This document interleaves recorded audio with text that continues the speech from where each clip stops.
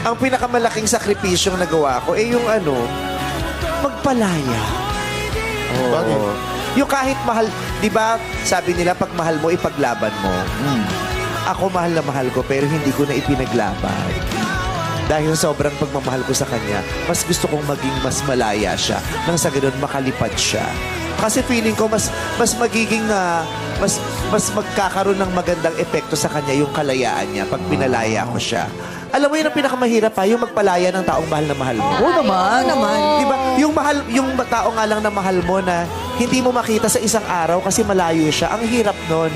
Yung, di ba, yun nga lang mahal mo na hindi sumasagot sa text mo, nagiinit na yung ulo mo. Yung mahal mo na hindi mo makausap pag tinatawagan mo, naiirita ka na.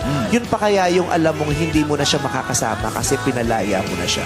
Ang hirap-hirap nun, pero nilunok ko yun para sa kanya kahit hindi na para sa akin.